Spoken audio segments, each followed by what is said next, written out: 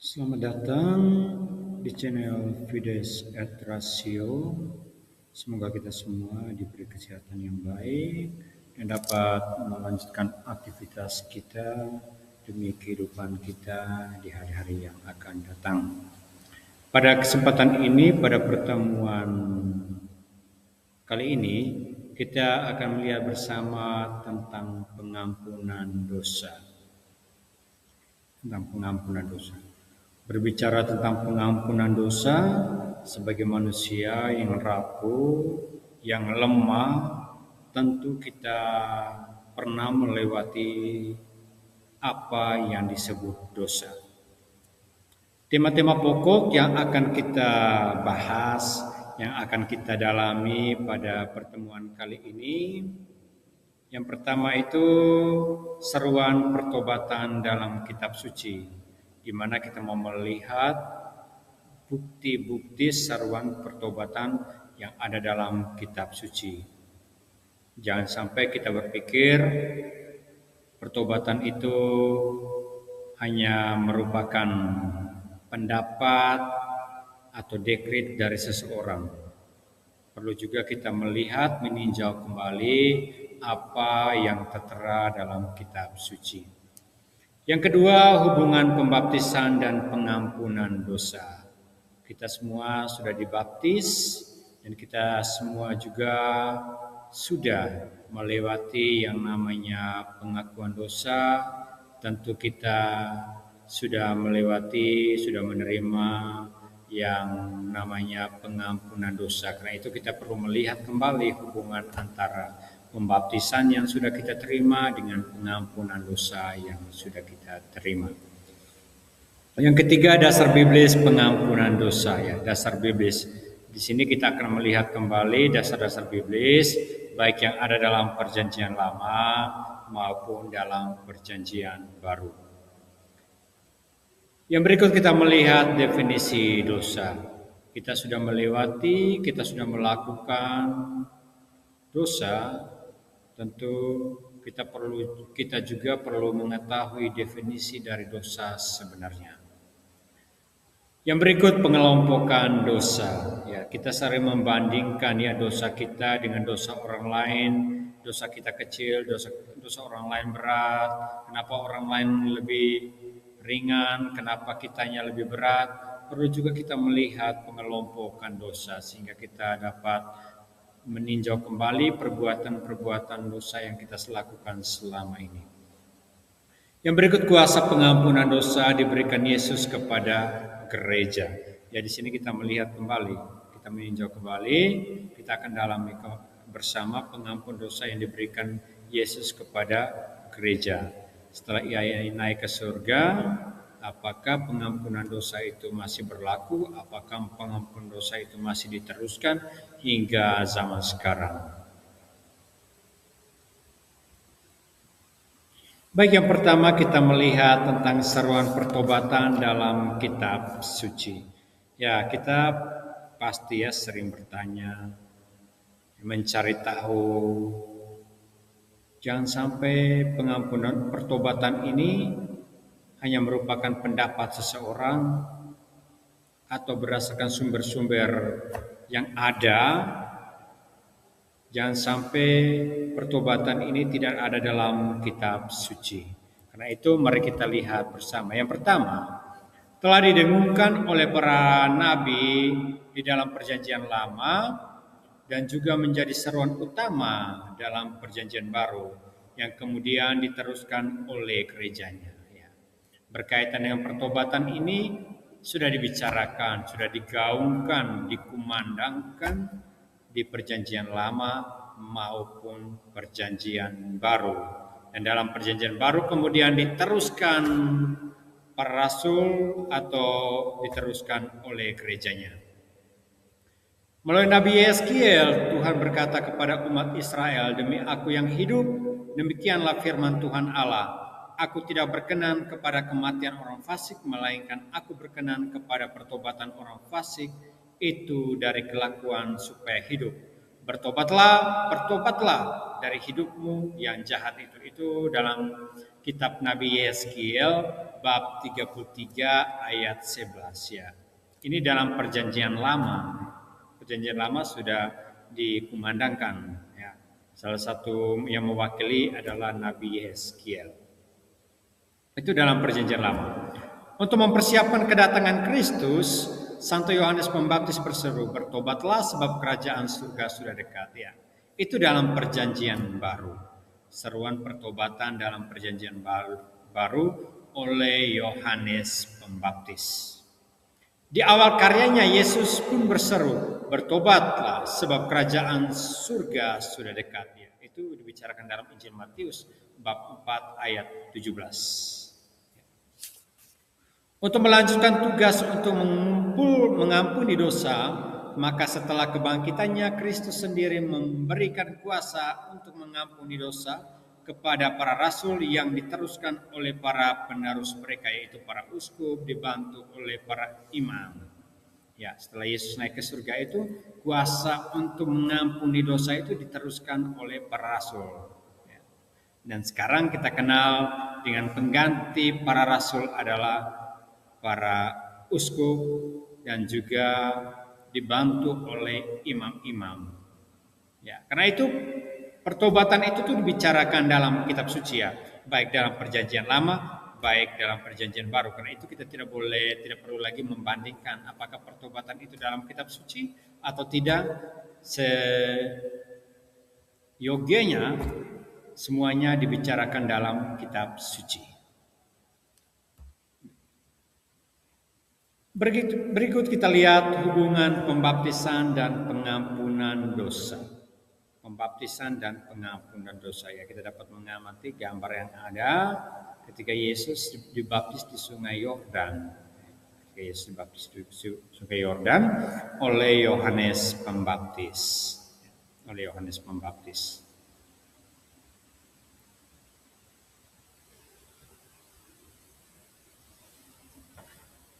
Syahadat menghubungkan pengampunan dosa dengan pengakuan iman akan Roh Kudus. Karena Kristus yang telah bangkit menganugerahkan kepada para rasul kuasa untuk mengampuni dosa ketika Ia memberikan Roh Kudus kepada mereka. Syahadat menghubungkan pengampunan dosa dengan pengakuan iman. Berikut kita lihat konteks pengampunan dosa adalah syahadat, adalah iman akan baptisan. Aku mengakui satu baptisan akan mengampuni dosa, akan pengampunan dosa. Karena itu baptisan adalah sakramen yang pertama dan terpenting demi pengampunan dosa. Ia mempersatukan kita dengan Kristus yang telah wafat dan bangkit dan memberi kepada kita Roh Kudus. Tujuan dari pembaptisan ya, kita berpikir selama ini ketika kita dibaptis, ketika kita masih kecil itu, di saat kita masih kecil itu, kita pasti berpikir, kok saya sudah dibaptis ketika saya masih kecil, tapi saya belum pernah berbuat dosa. Saya belum pernah berbuat dosa. Karena itu, pembaptisan itu merupakan pembersihan diri kita ya, pembersihan diri kita dari dosa-dosa asal. Dosa-dosa asal dari mana? Dosa asal dari Adam dan Hawa. Karena itu, meskipun bayi yang baru lahir atau kita yang baru lahir selalu dibersihkan dari dosa supaya hubungan kita dengan Kristus yang telah wafat dan bangkit dan memberi kepada kita Roh Kudus ya. Karena itu hubungan pembaptisan dan pengampunan dosa. Berikut kita lihat dasar biblis pengampunan dosa ya, pengampunan dosa. Kalau pertama tadi, poin kedua tadi kita melihat tentang pertobatan, dasar-dasar biblis tentang pertobatan, dan poin berikut kita melihat tentang dasar biblis pengampunan dosa ya. pertobatan tadi sudah kita bicarakan, sudah kita dalami bahwa pertobatan itu juga sudah digaungkan, dikumandangkan dalam kitab suci, baik dalam perjanjian lama maupun dalam perjanjian baru. Nah, kali ini kita melihat dasar biblis pengampunan dosa. Apakah pengampunan dosa itu dimasukkan juga dalam kitab suci atau dikumandangkan atau digaungkan dalam kitab suci atau tidak? Yang pertama, bertobatlah dan berilah dirimu dibaptis, dan Allah akan mengampuni dosamu. Itu dibicarakan dalam Injil Markus bab 1 ayat 4. Dan pembaptisan dilakukan nama Allah Tritunggal. Aku membaptis kamu dalam nama Bapa dan Putra dan Roh Kudus. Maka pengampunan dosa dilihat sebagai buah karya Roh Kudus juga. Ya, pengampunan dosa itu dilihat sebagai karya Roh Kudus juga. Karena itu pengampunan dosa itu dibicarakan juga dalam kitab suci. Sabda Yesus kepada para rasul, jikalau kamu mengampuni dosa orang, dosanya diampuni. Dan jikalau kamu menyatakan dosa orang tetap ada, dosanya tetap ada. Itu dalam Injil Yohanes bab 20 ayat 20 sampai 23. Sesuai dengan kehendak Kristus, gereja memiliki kuasa untuk mengampuni orang-orang yang telah dibaptis. Biasanya ia melaksanakan kuasa ini dengan perantaraan para uskup dan imam dalam sakramen pengakuan.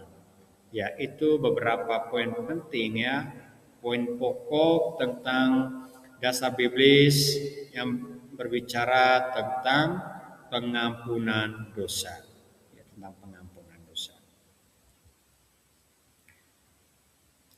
Berikut kita lihat definisi dosa.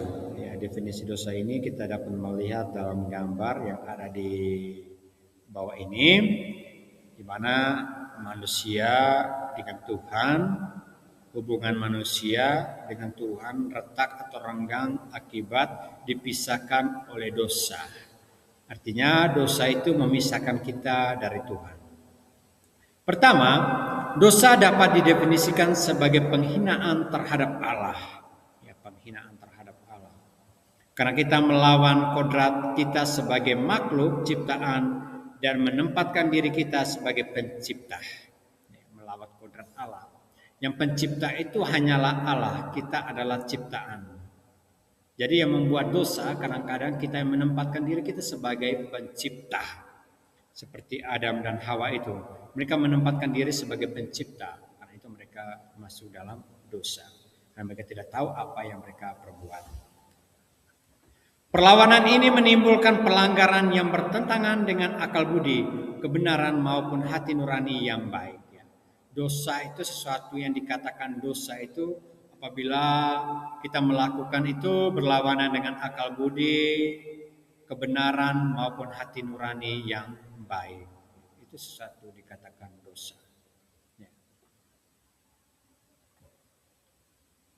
Santo Thomas Aquinas mengutip Santo Agustinus ya.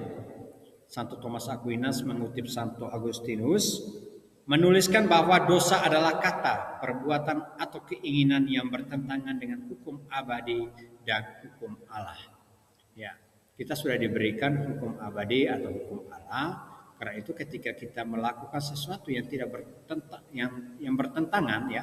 bertentangan dengan hukum abadi atau hukum Allah, maka itu akan dikatakan dosa.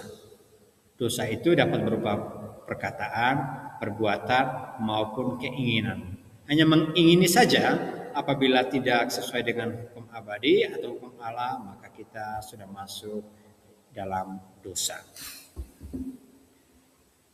Berikut kita lihat satu dalam Katekismus Gereja Katolik artikel 1849.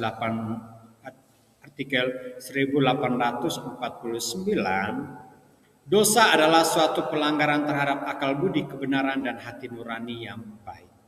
Ia adalah satu kesalahan terhadap kasih yang benar terhadap Allah dan sesama atas dasar satu ketergantungan yang tidak normal kepada barang-barang tertentu yang melukai kodrat manusia dan solidaritas manusia. baik. Dosa itu baik secara vertikal maupun horizontal. Vertikal itu di mana hubungan kita dengan Tuhan, dan horizontal itu hubungan kita dengan sesama dan makhluk ciptaan lainnya atau isi alam semesta. Berikut dalam Katekismus Gereja Katolik artikel 1850 mendefinisikan dosa adalah satu penghinaan terhadap Allah. Ya, penghinaan terhadap Allah. Terhadap engkau sajalah aku telah berdosa dan melakukan apa yang kau anggap jahat. Ya, dalam Mazmur 51 ayat 6. Dosa memberontak terhadap kasih Allah kepada kita dan membalikan hati kita dari Dia.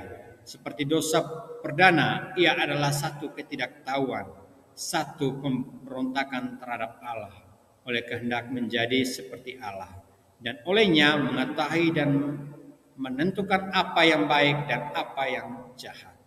Dan demikian dosa adalah cinta diri yang mengikat sampai menjadi penghinaan Allah.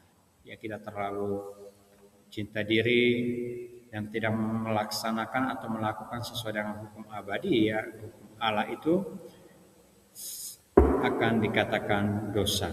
Ya.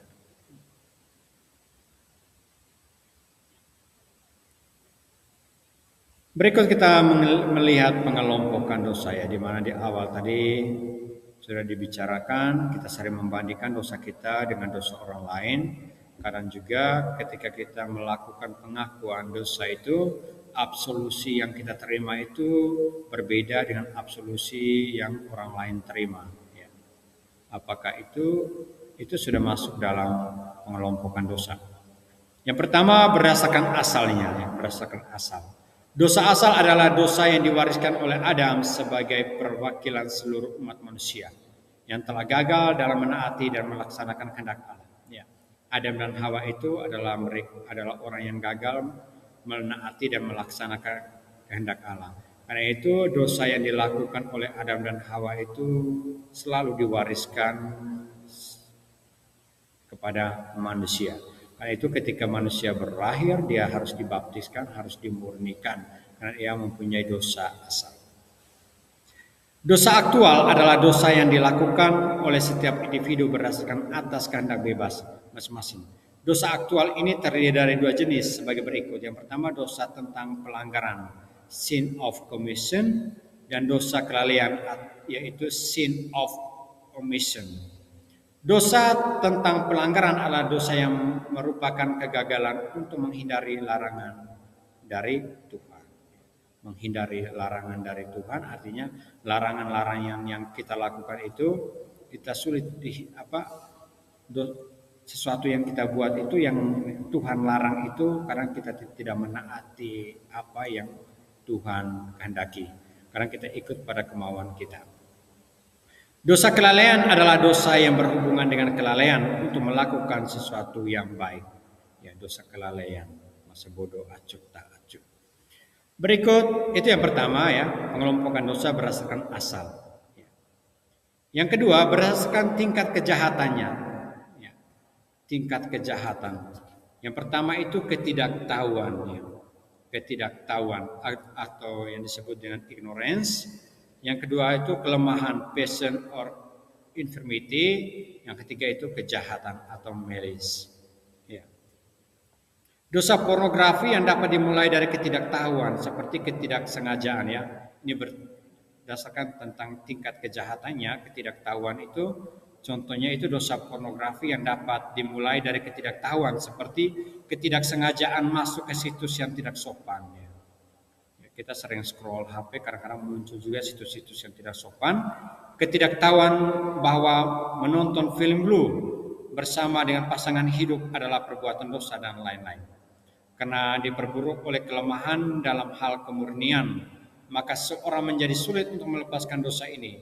Dalam tingkat yang lebih buruk, seseorang kemudian memulai menyebarkan pornografi dan memulai merusak kehidupan banyak orang.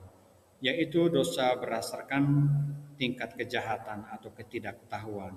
Banyak hal-hal yang tidak ketahui itu tanpa disengaja itu kita melakukan. Kemudian kita menyebarkan sesuatu yang tidak perlu.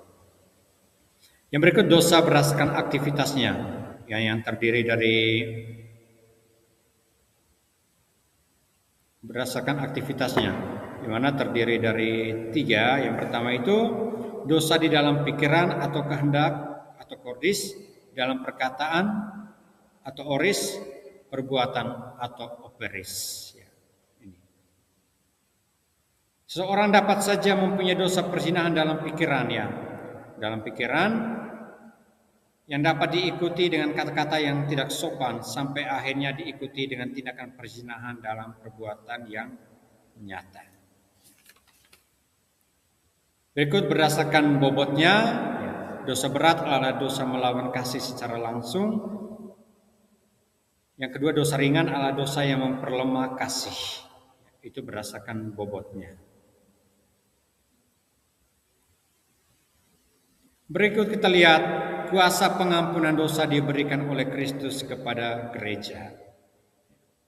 Setelah kebangkitannya, Yesus mengutus para rasulnya untuk menyampaikan berita tentang pertobatan kepada segala bangsa.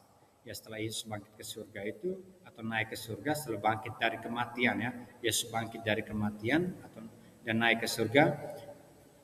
Yesus mengutus para rasul untuk menyampaikan berita tentang pertobatan. Mereka mewartakan pengampunan dari pihak Allah dan manusia dituntut untuk bertobat dan beriman. Gereja telah menerima kunci kerajaan surga supaya dalam Dia pengampunan dosa dapat terjadi oleh darah Kristus, oleh karya Roh Kudus. Ya. Pengampunan dosa itu sudah diteruskan sampai sekarang, ya, oleh para uskup dibantu oleh para imam. Baik, untuk pertemuan kali ini kita sampai di sini. Semoga dengan pertemuan kali ini dapat membantu kita, ya, selalu dan semakin tekun dalam mematuhi hukum Allah atau hukum abadi, hukum yang diberikan Allah, sehingga kita dapat terhindar dari yang namanya berbuat dosa. Sekian dan terima kasih. Sampai bertemu kembali di pertemuan berikut.